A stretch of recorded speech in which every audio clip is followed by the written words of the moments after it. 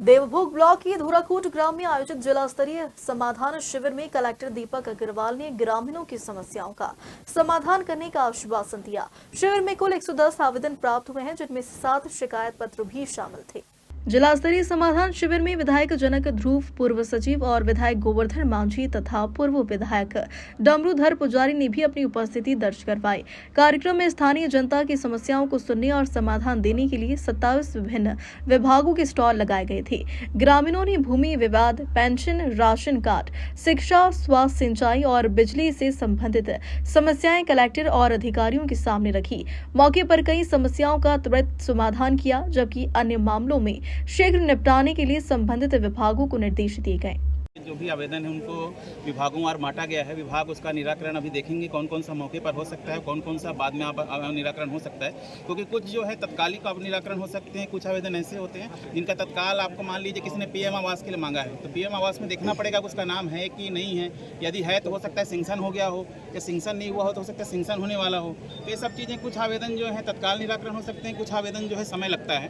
तो अभी सभी लोग परीक्षण कर रहे हैं और अब एक एक विभाग यहाँ पर अपने अभी आवेदनों का निराकरण बताएंगे।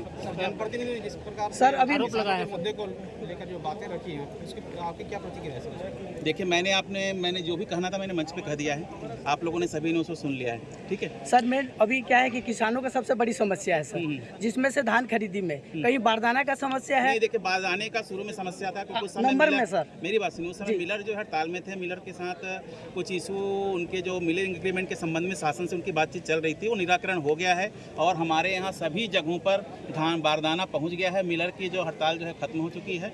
मिलर अभी एग्रीमेंट करा रहे हैं और 1-2 दिन में मिलर द्वारा धान भी उठाव करना चालू कर दिया जाएगा। सर जो बॉयज हॉस्टल है सर अपना गोहरापदर के पास बुरजावाल में सर, वहाँ का जो एक्स्ट्रा रूम, जो कॉमन रूम है सर, 10 साल से नहीं बना सर, इसके बारे में क्या बोलना चाहिए? मैं जांच करके ही बता पाऊंगा उसको कौन सा सर धान खरीदी केंद्र में जैसे कि अभी मान लो 40 किलो लेने का है प्रावधान, उसमें कहीं 41 किलो 200 तो कहीं नहीं, देखिए, उसमें हमने इसीलिए शासन ने इस बार जो है उसका नियम कितना आना चाहिए, कितना किलो लेना चाहिए सर किसानों के लिए?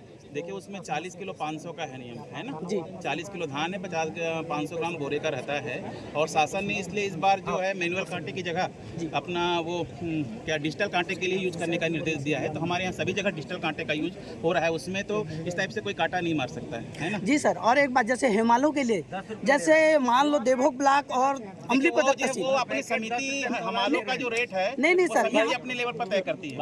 नहीं सर, यहाँ पे शासनों ने जैसे कि दिया जाता है, लेकिन यहाँ पर बोरी 10 रुपया कुंटल में 25 रुपया दिया जाता है। अपने लेवल पे हमालों का तय करती है जी। वो अलग से एक जाई कहीं से तय नहीं होता है। सर ये सीनापाली में देखा गया है ग्रेडिंग 25 आ रहा है, तो कितना लेने का है?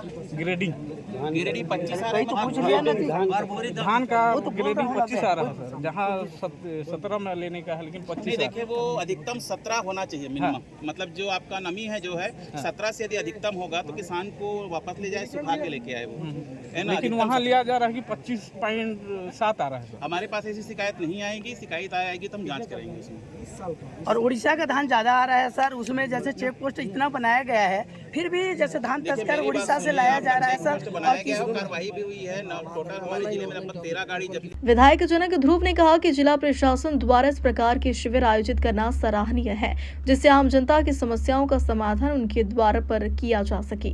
बहुत बहुत थैंक्स जो आप लोग की जन समस्या शिविर में लोगों की बात को उठाने के लिए और मीडिया के माध्यम से सरकार के सामने लाने की कोशिश करने के लिए पहुँचे। एक आरोप लगाया कि जन समस्या निवारण शिविर में समस्या जस की तरफ है।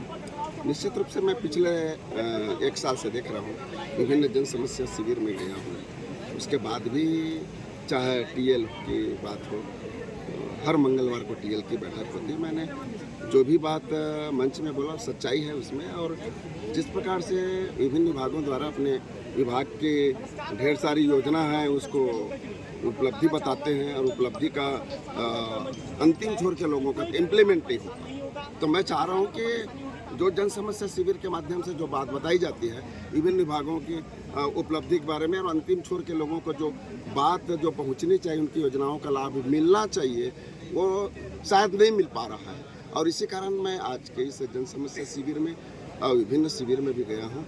और चाहे टीएल में हो की बात करूँ तो टीएल के भी ढेर सारी समस्या है, आज भी लंबित पड़ा है, जिसके कारण से लोग मुझे विभिन्न जन समस्या शिविर में दिखाई पड़ता है। ये गंभीर आरोप लगा है यहाँ पर सत्ता पक्ष के ही पूर्व संसदीय सचिव गोवर्धन मांझी ने आरोप लगाया है कि यहाँ पर धान तस्करी जोरों से हो रही है और किसानों को परेशान किया जा रहा है, लेकिन तस्कर को छूट दिया जा रहा है। अब जो बात जनप्रतिनिधि द्वारा इस मंच के माध्यम से किया होगा उसमें कुछ सच्चाई होगी, तभी इस प्रकार की बात सार्वजनिक रूप से और जन समस्या शिविर में बात आई है और उसके बाद जांच होनी चाहिए और इस पर प्रशासनिक अधिकारी को जिले के जिम्मेदार अधिकारी हैं उस पर संज्ञान लेकर के उसकी कार्रवाई होनी चाहिए।